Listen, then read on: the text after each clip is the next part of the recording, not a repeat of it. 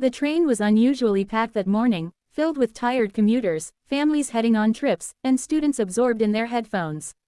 Amid the rush, Emma, a young woman in her mid-20s with a soft heart and sharp mind, sat near the window, sipping coffee and preparing for another long day at her modest office job. It was just another Tuesday, or so she thought. The train screeched to a stop at the next station, and in stepped a man holding the hand of a little boy. The child clung to his father, looking around for a seat with hopeful eyes. The man, tall, well-dressed, yet visibly weary, scanned the crowded compartment. No one budged. Some pretended not to notice. Others just looked away. Emma hesitated for a moment, then quickly stood up. "You two can take my seat," she said with a warm smile. The man seemed surprised, almost as if unaccustomed to such simple kindness. "Are you sure?" he asked. "Yes, please. It's a long ride. You both look like you could use the rest." The boy beamed at her. "Thank you, lady." Emma chuckled and found a spot by the door to lean against, holding onto the rail. The train jolted forward again, and as they settled in, she could feel the man's eyes occasionally glance her way, not out of suspicion, but curiosity, perhaps even gratitude. They didn't speak much until several stops later, when the boy dropped his small toy car and it rolled to Emma's feet. She picked it up and returned it, prompting a short conversation. His name was Lucas, 6 years old, and he adored anything on wheels.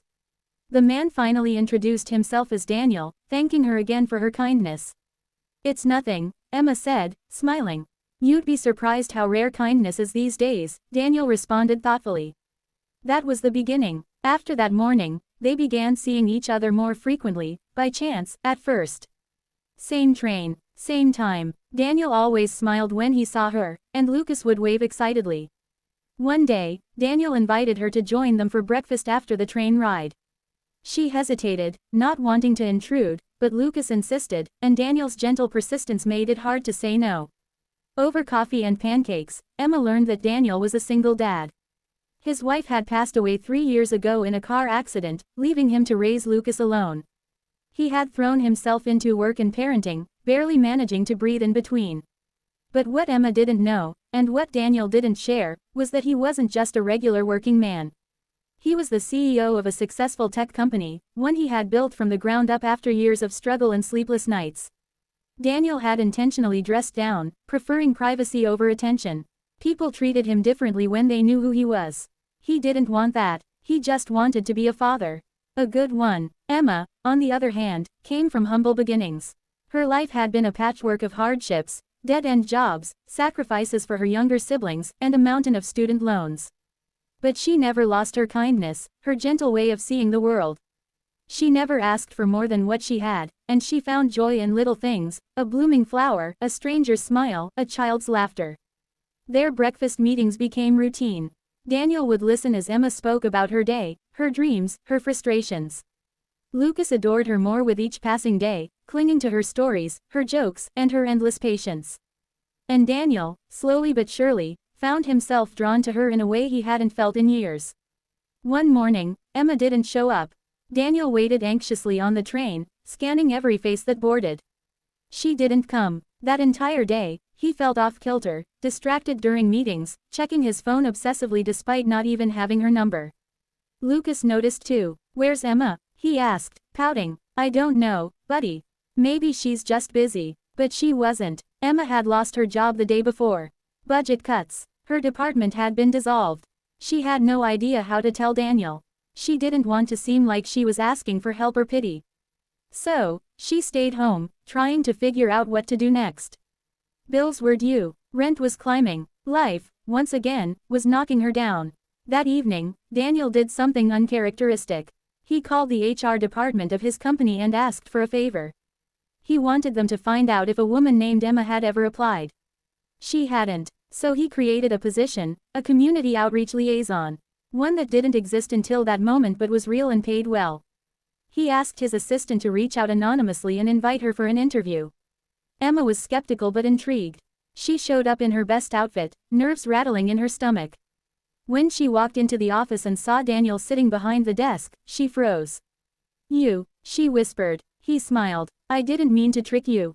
I wanted to help." Her eyes welled up. "You created a job for me.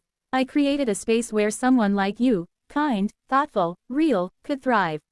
You've been helping people every day without asking for anything in return. I think the world needs more of that. And I think our company does too. Emma took the job. Over time, she flourished. Her natural compassion and strong work ethic made her a star in the office. She helped launch social initiatives, created employee support groups, and changed the company culture in ways no one had expected. And through it all, Daniel and Emma grew closer. Their bond deepened, slowly evolving from friendship to something neither of them dared name too quickly. Daniel struggled with guilt over moving on from his late wife. Emma hesitated, afraid of getting involved with someone so far out of her league. But Lucas, sweet and innocent, bridged the gap without realizing. "Emma, can you come to my school play?" he asked one day. "Of course," she said. "She's family," Lucas told his teacher with pride. Eventually, Daniel confessed how he felt. He did it quietly, one evening on a walk after dinner, holding Emma's hand as they watched Lucas run ahead. "You changed everything," he said. "You walked into my life on a train, offered a simple seat, and you never left my mind after that. I love you." Emma didn't speak right away. She just leaned her head on his shoulder, letting the silence carry her answer.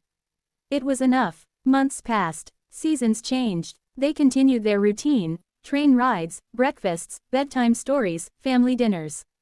And one day, under the cherry blossoms in the city park, Daniel knelt down, not to a boardroom, not to investors, not to his past, but to Emma.